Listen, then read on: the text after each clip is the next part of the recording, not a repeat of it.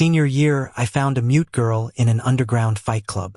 She promised to protect me, but when the fire erupted, she ran toward my brother. With a second chance, I glanced at her coldly. Can't even speak, just get lost. That night, she knelt in a storm, signing repeatedly at the door. Why don't you want me this time? I walked into the room holding a bunch of chrysanthemums, and there was Tina kneeling on the floor. Eric's fingers were gripping a glass of red wine, swaying. I watched Tina's silent back, clenching my fists. My brother has such refined tastes, huh? I tossed the pale chrysanthemums into his lap, petals scattering everywhere. Upon hearing my familiar voice, Tina hunched down further, as if trying to disappear. The first time I saw Tina, a fighter a head taller was beating her on the ground, going for the kill. Hood up on my black hoodie, I leaned against the railing nearby, flicking a lollipop with my tongue. Aren't they gonna stop this? She lay still, hardly moving. When I fell down, I'd go alone to the underground fight club.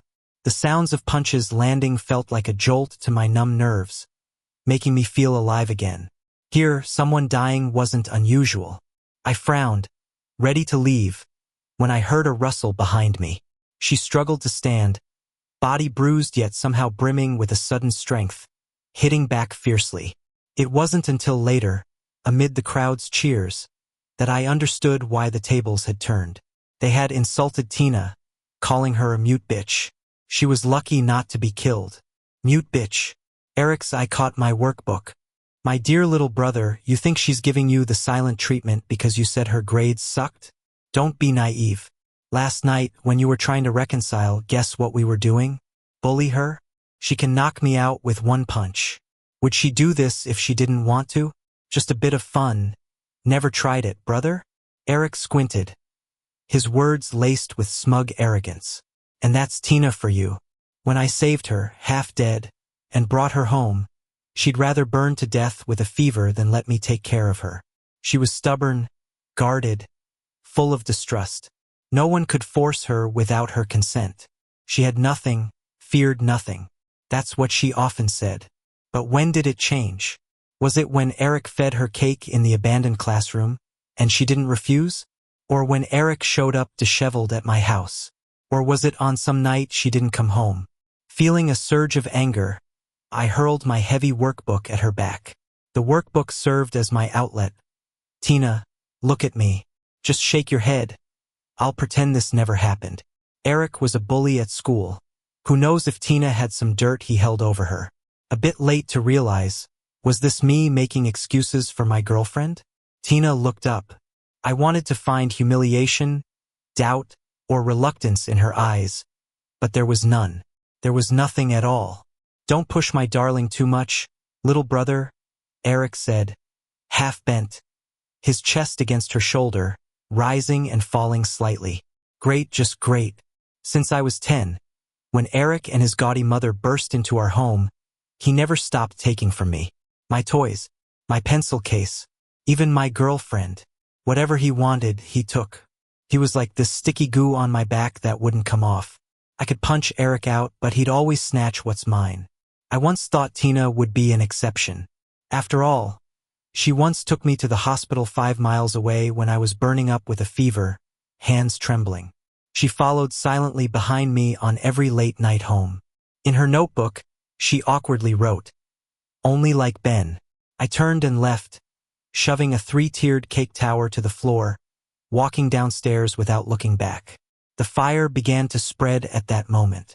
It started as commotion below, then thick smoke filled the air. Screams, running, alarms. I couldn't hear any of it, just felt a stabbing pain. I instinctively looked back at Tina. She hated seeing me upset. Usually, she'd awkwardly hug me, thumb brushing under my eyes. But as the burning beam trapped me, she turned and ran to my brother. Not a hint of hesitation. Am I really buying our fighter? That noise again, and there was the scarred face of the fight club owner in my view.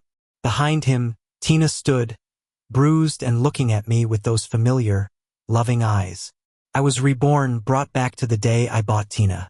I squeezed the card in my hand, edging back. Can't even speak. Let her go. Walking out of the club, I heard the owner's voice. Knew it. Where's he get the money to buy my star fighter? Truth is, while my dad's clueless at home, I've never lacked food or clothes. That's how I could afford to buy Tina out from the club last time. Heal her wounds, teach her to read and write, and slowly warm her heart. But this time, I don't want to. No matter who it is, they end up with Eric. Flames of the past still flickered in my eyes. I quickened my pace and ran home. Dark clouds covered the sky, heavy rain bringing a haze. I was about to head upstairs when I saw a familiar figure kneeling by the window. Rain poured down her back, and I squinted, recognizing her hand signals. Why don't you want me this time? A purple lightning streaked the sky, as steam rose with the rain. I opened the door. Drops clung like venomous insects to my feet, chilling me. What are you doing here? I glanced at her coldly, stepping further inside. She was soaked to the bone, her white shirt clinging to her waist and stomach with every breath. Tina's throat was scalded by boiling water, forced on her by her drunken mom when she was 7. She doesn't like being called mute, nor does she care for sign language. If I hadn't visited an orphanage as a kid, I wouldn't even know what she was saying. Tina pressed her lips tightly, the mistiness in her eyes indistinguishable from rain or tears. Every time she makes me mad, she wears that same expression. The distant rumble of thunder softened my resolve for a moment. Get inside already. Don't just die at my doorstep. She got up unsteadily, and I remembered she once told me that when she was 12, she was viciously stomped on for winning against the wrong person. Her right knee never fully healed. With a glance away, I handed her a towel. Dry yourself and leave when the rain stops. Tina's hand was still wet, hesitantly pawing my hand like a small animal. Always like this. The first time she sneaked off to some underground fight club and came back battered, she reached for my hand the same way. I looked away, pressing my palm with exasperation. Can't speak. Fine, but can't you listen? Avoiding her, I raced upstairs. In a past life, I recalled her running towards Eric's back. Haven't I had enough of betrayal? That night, the thunder dragged on. I slept restlessly, fire licking my spine in dreams. When I woke, soaked in sweat, Tina was gone. The towel was neatly folded on the coffee table. Maybe because she never had a concept of home growing up, in a past life she was always so into household chores. I'd tease her while sucking on an ice pop saying she was the perfect wife, which would turn her ears red. Thinking back now, it was kinda childish. Why did I so easily dream of a future? I felt a surge of irritation and messed up the towel, as if to wipe away the traces of Tina. In the following 2 months, Tina didn't show up again. The summer was hot and dragging, but it blinked by. The start of school brought excitement with a tinge of anxiety, like a virus in the air. Eric, now a sophomore, showed off by arriving in a flashy sports car, garnering envious stares. He always loved being the center of attention, never letting go of anything or anyone that belonged to me, not even Tina.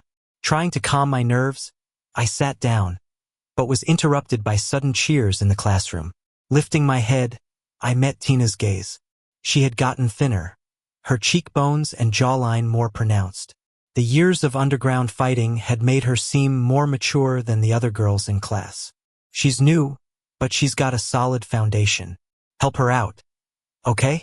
Said our homeroom teacher, Leo, rasping as he distributed test answers. Tina walked into the room slowly under everyone's gaze, stopping right in front of me. No way, is she gonna sit next to Ben?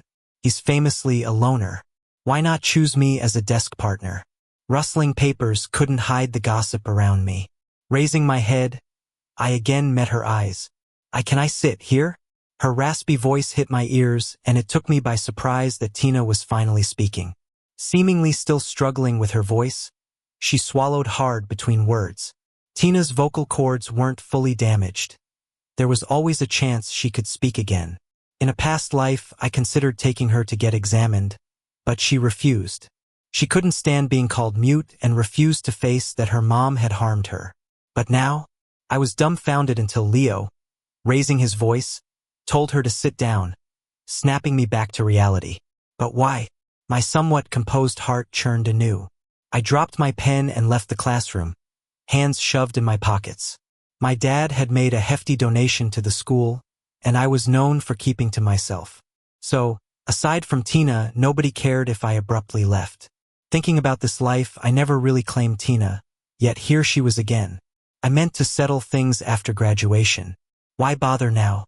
Skipping stones into the school's artificial lake, I sensed Tina behind me. "I know you're mad," she said, impatient yet raspy from saying too much. Tilting my head, I stood slowly. "Oh, why would I be mad?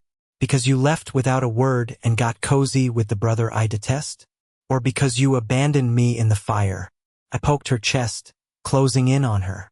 Tina's eyes flickered, her mouth opened, but no sound came out. She's reincarnated too. But if she's willing to die for Eric, then why come after me now? I pointed to the water behind her. "Sure, I'm mad. Jump in, and I'll forgive you. When I was 12, Mom died, and Dad brought a new woman home the same year, with a son only a year younger than me. Everyone I could rely on vanished that year. When I first took Tina in, I finally wanted to fully rely on someone. Yet when the fire raged, she went to Eric. Just because I didn't confront her right away doesn't mean I'm not angry. Tina can't swim. She won't leap in." With a bitter laugh, I strode off. This time, she didn't follow. Filled with frustration, I rounded a stairwell corner to see Eric and his crew cornering a girl, snapping pics while gripping her collar. Seeing me, Eric kicked the girl aside and crossed his arms, looking down at me from nose level. Barely at school, and he'd already formed a bully group exerting a cruel dominance. The school turns a blind eye sometimes because of that building. But that doesn't mean I'll let him bully me. "I heard there's a new transfer student in your class. I heard he's built pretty well." As he got closer, he tapped my shoulder with his long fingers. I brushed his hand and slapped him across the face. Eric looked at me in disbelief, and his little followers stepped back, scared. "Just a bunch of girls after money. They run the fastest in trouble. You and your mom, the mistress, you're two of a kind. Loving the scraps? Why not work in the cafeteria then? You're neither tall nor short, neither fat nor thin, just a nobody." With each slap, I made him stagger back. Eric, always dieting, can't handle someone like me who loves the underground fight club. Mad? Even if he's mad, he can only get beat by me. I straddled him, and the sound of my slaps echoed through the hallway. Eric's always been a bully, so no one even pretended to stop us. "Ben, are you crazy?"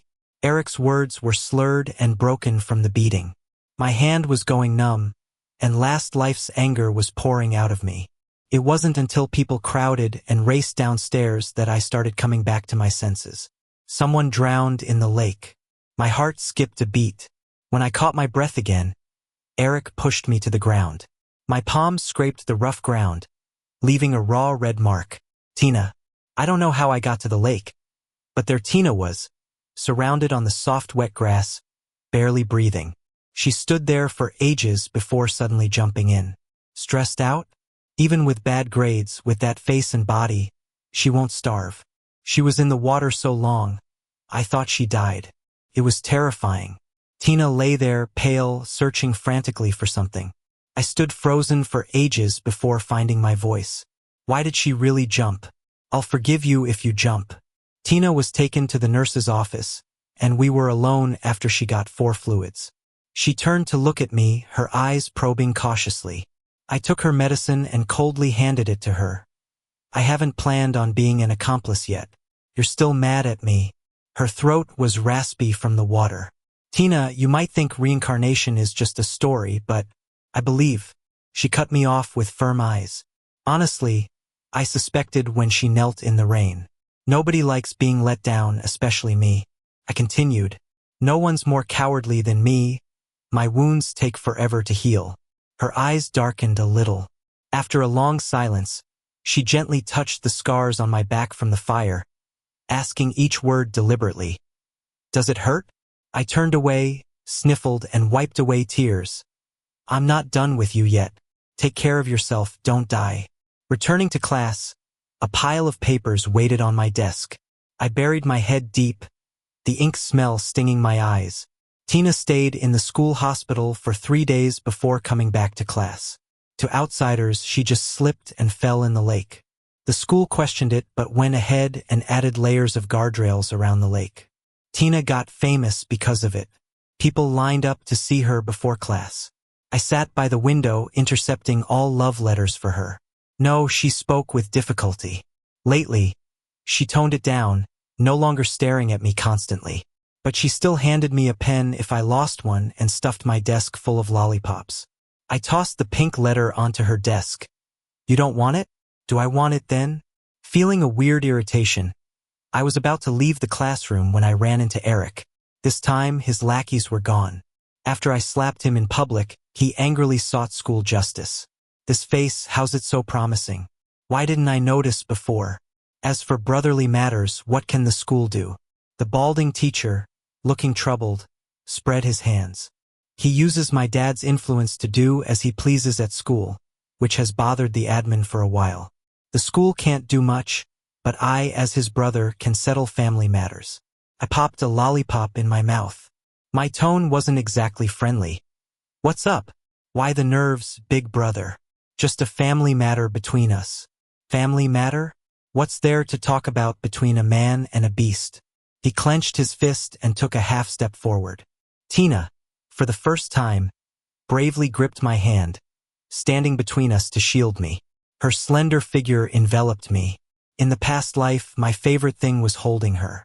She was so delicate, but hugging her brought a strange sense of security. She finally spoke, though struggling. If you've got something to say it to me. Eric sneered, looking Tina over with a nasty glint. Sweetheart, you still owe me a wedding. Tina clenched her fists, her back trembling. She didn't dare to look back at me. These two were even romantic. I gave a bitter laugh, pulled the lollipop from my mouth, and tossed it in the trash. Trying to break free, my wrist stayed firm in his grip, his rough fingertips igniting my skin. Get lost, don't ruin my sight. Without mercy, I kicked at his leg, breaking free from his grip. Ben, why won't you learn? Hiding in an empty storage room, I buried my head in my knees, plotting how to wreck the wedding. A wedding, Tina promised me one in a past life. She once wrote me a long note. Last time I went secretly to the underground boxing club. Wanted to earn money for your birthday gift. Pissed you off. It was my fault. I've thought it over. I really need to study hard, get into college, and find a legit job. Next month's exam? I'm definitely gonna make it into the top 100 in my grade. My foundation is weak, and if I don't get in, I'll just keep trying. When are you planning to get married? Can you wait for me? If you can't, that's okay. But if you're gonna marry someone else. I grabbed her pen before she could finish writing. After Tina barged into my life, I never thought about marrying anyone else. But I didn't expect she'd promise Eric a wedding so soon.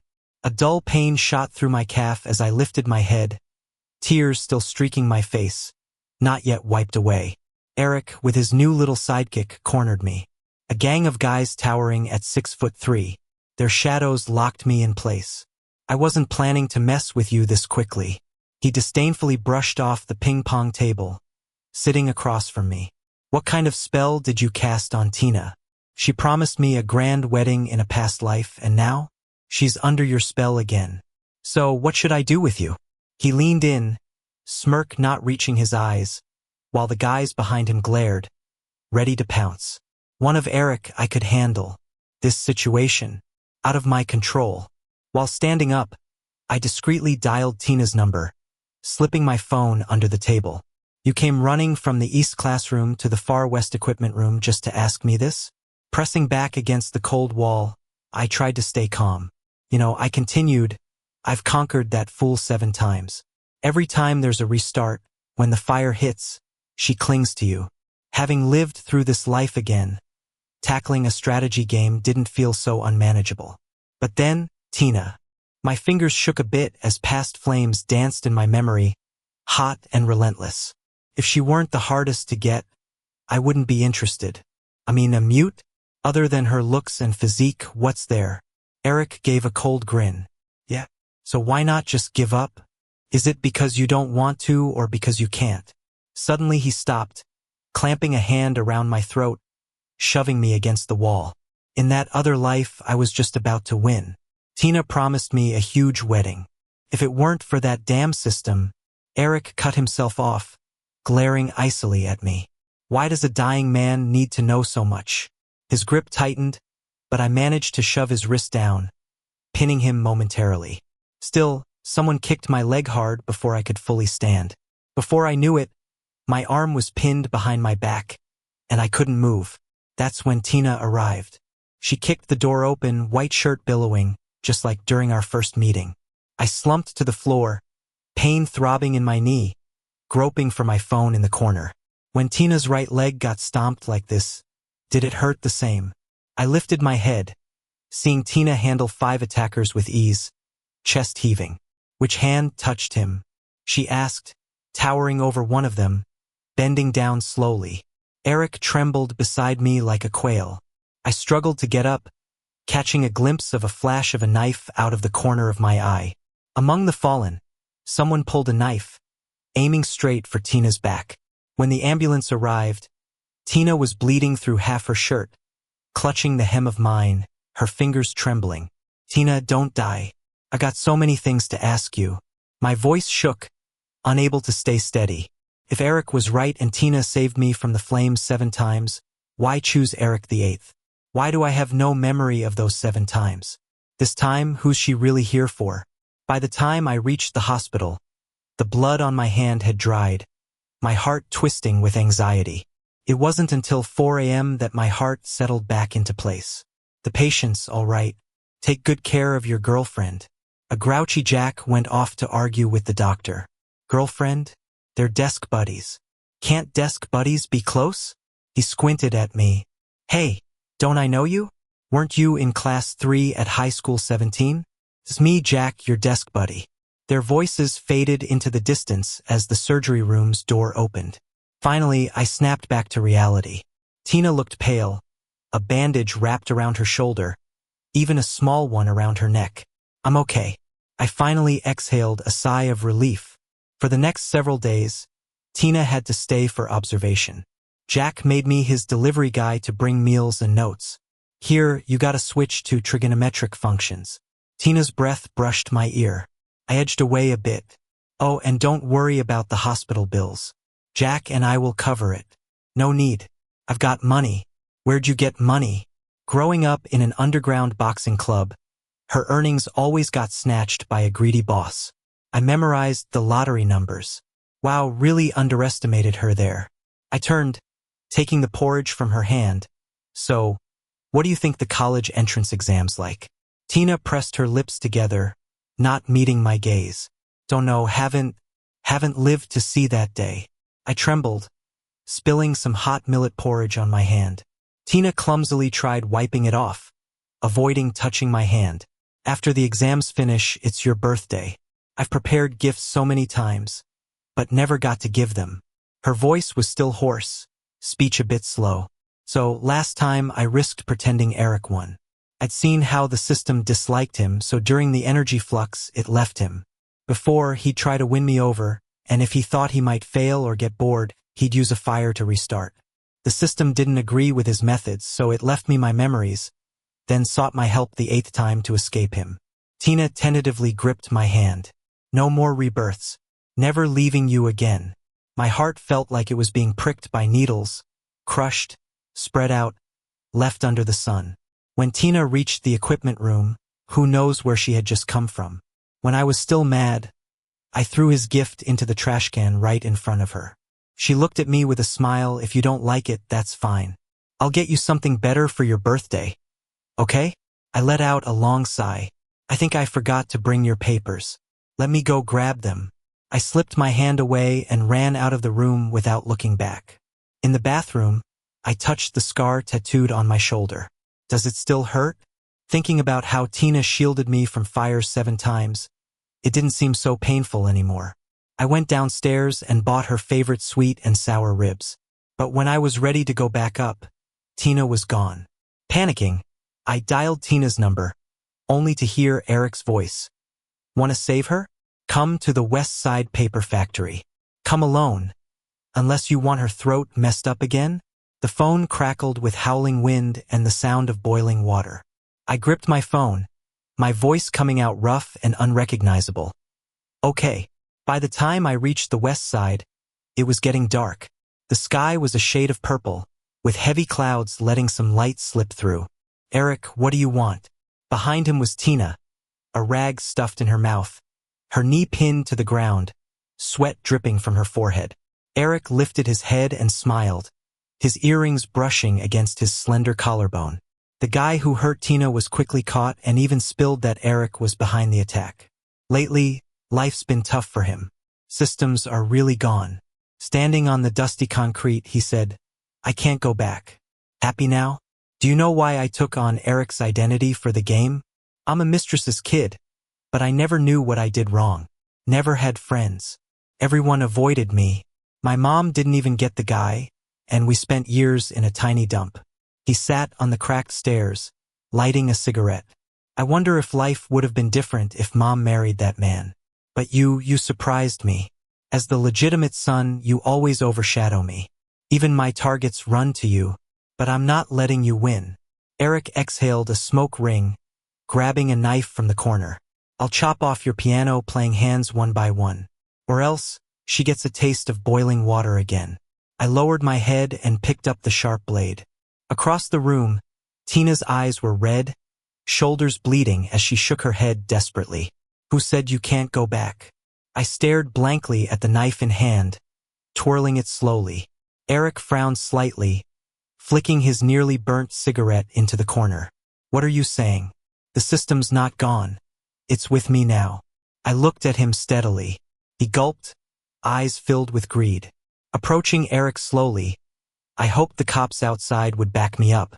If you clear the game, you can request to bring your favorite character back to the real world, right? My palms were sweating as I probed further.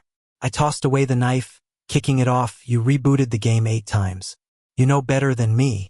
Fire resets the game, doesn't it? Standing by the half-crumbled window, I casually raised my hand outside. If I succeed, I'll take you with me. Reaching out against the sunset, he didn't really belong here. He was just playing, lighting fires to start over when bored. The system probably left Eric for excessive restarts with Tina's help. Too bad he still couldn't see his mistakes, hoping for external power. Gazing at the distant river, I felt more confident. I can take you. Just let Tina go. Eric breathed heavily, his eyes darting around. No way. Why should I trust you? Everyone's outside, and it's poured for days. Fire's unlikely. Pointing downstairs at rising smoke, Tina sat next to a gas can. Honestly, I was a bit worried, but tried to act cool. Seeing a familiar fire, Eric's eyes lit up as he regained lost hope. Meanwhile, Tina broke her gag, urgently warning, don't become the next Eric. Game players ultimately face repercussions. Smoke was creeping up, and by the window Eric screamed, without the system, I can still escape. Lunatic. Suddenly, there came a loud thud downstairs. Alert guards rushed down, perhaps thinking restrained Tina posed no threat. But it's Tina after all. Quickly kicking the guard with her left leg, she snatched the knife I kicked over, stabbing his leg. Eric finally stopped and watched. Doesn't matter if you kill him, I'll start over regardless. But Eric, there's no next time. Swaying towards Tina, cigarette embers ignited the gas. What I feared most happened. Downstairs was a fake fire, but up here, it was a real, raging fire.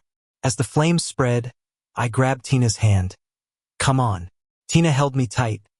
Don't be scared, Ben. I gently ran my hand down her back. Does it hurt? When the fire spreads, does it hurt? This time, I said, how about I take you away? I pulled her hand, slowly moving towards the window. Outside, a small stream flowed gently by, bathed in the red glow of the sunset. By the time the police and firefighters got upstairs, the fire was out of control. Eric stubbornly sat in the blaze, waiting for another chance to be reborn. Sadly, there would never be another chance. On the day the college entrance exams ended, I waited and waited but didn't see Tina. I kicked stones at the doorway, feeling bored. That day, when she jumped out the window, Tina's old injuries flared up, and she ended up lying in the hospital for almost half a month. Hurry up and get better, I complained, sitting by her hospital bed, peeling an apple. You spend every day in the hospital. How are you going to get into college? Tina looked at me with gentle eyes. I will, definitely. I don't know why she was so confident, being barely in the top 200 of our grade. Kicking the stone back and forth by the door, the sky was getting darker when Tina finally showed up, fashionably late. So, the college student is here, huh? I teased, my tone a bit sarcastic since I hadn't answered the last math question. Tina's soft fingers touched my head. I went to get your gift. Where is it? Where's the gift? Liar. She had said it, typical girl. Tina looked up and smiled. Look at the sky. I looked up, and in the deepening night, drones had formed a massive firework pattern. In the interplay of lights and shadows, a drone hopped around in the starry sky like dangling ears. This is amazing, I couldn't help but exclaim. She laughed, a hint of mischief in her eyes. Are you happy with this kind of gift? I nodded, feeling warmth flooding over me. At that moment, I felt her care and affection. It wasn't just a gift. It was a surprise she had crafted for me, like those fireworks illuminating the night sky just for me. Tina took my hand. Let's go for a walk and talk about what happened today. Looking at her, I thought having such a thoughtful and gentle girlfriend was the luckiest thing in my life.